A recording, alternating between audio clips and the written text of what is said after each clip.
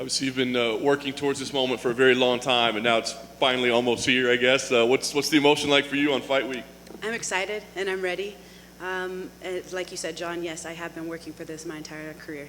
Yeah. Does it feel different? I mean, like you said, like it's this goal that you're trying to work to, and now it's that moment. I mean, does it feel different than a normal fight week, or do you try to normalize it?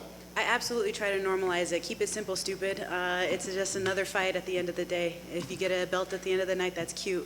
I don't want to make it bigger than what it is and let the media and everything like that get to me. I just need to focus on what I do and go to work.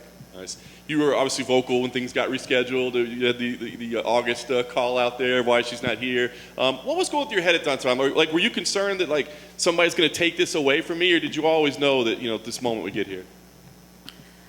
I always knew that this moment would get here, and I wasn't concerned. Mouth of the South over here had to do what I had to do to get the fight. But now that I got the fight, and now that I knew that the fight was going to happen, I knew that a month from now, 2 months from now, or in the past, whatever, eventually the fight was going to happen. So I just needed to be patient, and we're here. When you've seen Amanda's run, when you look at her opponents, do you see mistakes that opponents are making, or do you see that they just didn't have the right style, the right tools that you bring? What do you see as the reason that she hasn't been beaten in so long? I don't take into consideration the failures of other fighters. I want to focus on myself. I didn't get here on the failures of other fighters. I got here on my own successes, and my own success is my focus. Nice. Concerned at all that you might have poked the bear a little bit too much, that she's going to be taking this thing personally and have a little extra edge on her that night? No. It's a fight. It's nothing personal. When you become the champ, you get a target put on your back. I would expect nothing less. You got to assume that people are going to want to gun for your spot. And so that's just the nature of the beast, and that's the way that this game works. Nice. Last thing for me, you win the belt on Saturday night. What means more, the fact that you're UFC champion, that you've been working all this time for, or the fact that you take out the GOAT? Which one means more to you? Anytime you can take out the GOAT, that's just, obviously the feather in the cap there.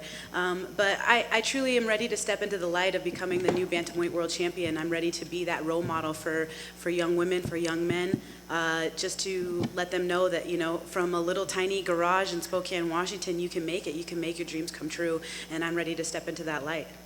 Julianna, right here. Do you feel Amanda's been tested off of her back, looking back at her previous opponents? I don't know.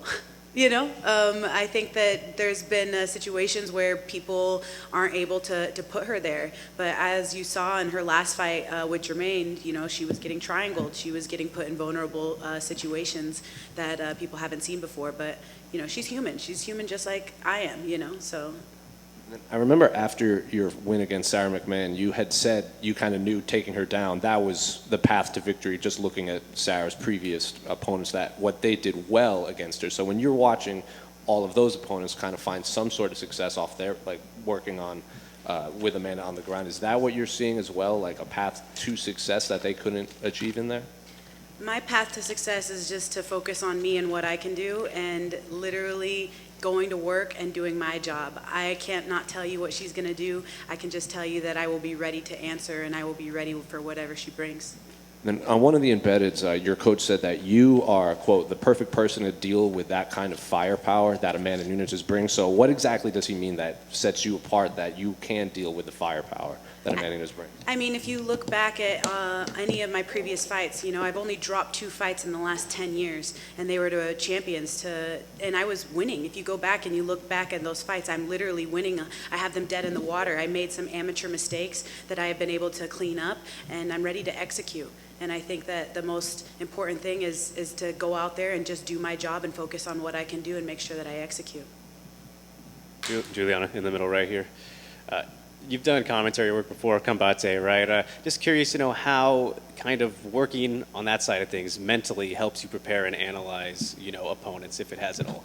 I just want to give a shout out to Campbell McLaren for giving me an opportunity to be put in that position to commentate and to let me get my feet wet in the commentating field aside from fighting. And I'm just super grateful for that opportunity. I definitely think that it's kind of been a hard thing because I'm like motor mouth all the the time, and so like commentating is actually a lot harder than I took into consideration. And sometimes they're just like, ease it down, back it up, and I think that that's definitely helped me. But as you can see, sometimes I still kind of screw it up and let my first thoughts come to mind and spew that out. So I think commentating for Combate has definitely helped me kind of rein it in a little bit.